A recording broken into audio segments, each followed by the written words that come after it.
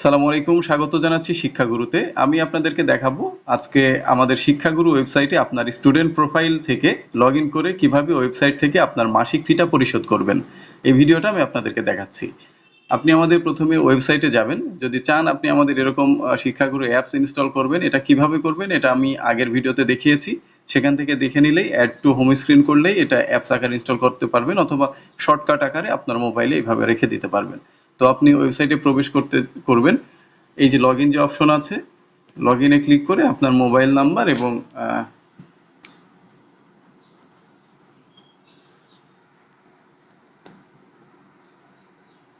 আপনার mobile number আপনার পাসওয়ার্ডটা দিয়ে আপনি লগ ইনটা করে নেবেন। আপনি লগ ইন করলে এরকম একটা প্রোফাইল আপনার পাবে সচরাচর, এবং যদি ফি বকেয়া থাকে এই যে দেখেন নিচে আপনার একটা নোটিশ চলে আসছে, ঠিক আছে? অনুগ্রহ করে আপনার বকেয়া কোর্স ফি প্রদান করুন।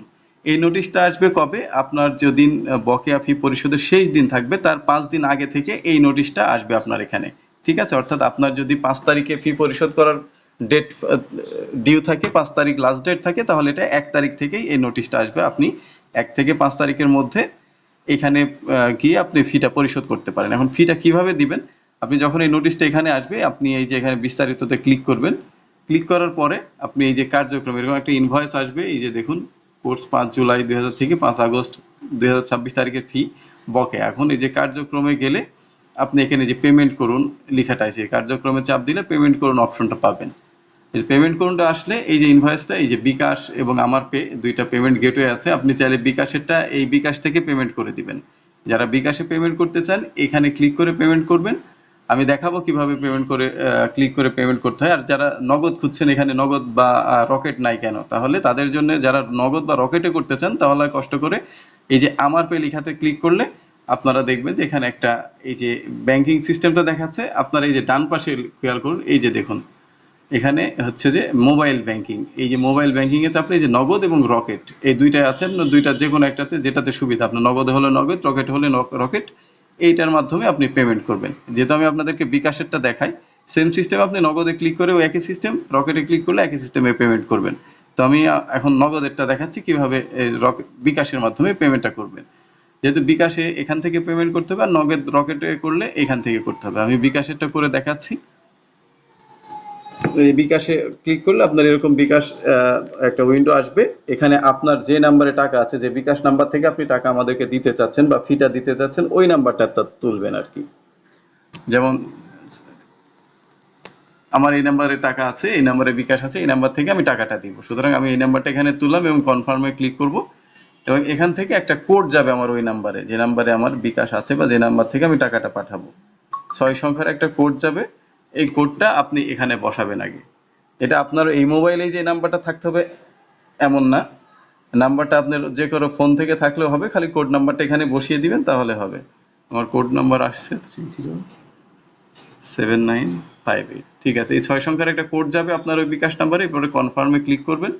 এরপরে দেন আপনি আপনার যে হচ্ছে বিকাশের পাসওয়ার্ড, যেটা বিকাশের পাসওয়ার্ড, ওইটা এখানে দিয়ে দিবেন। বিকাশের পিন যেটা বলে 221, আমি দিয়ে দিলাম, ঠিক আছে?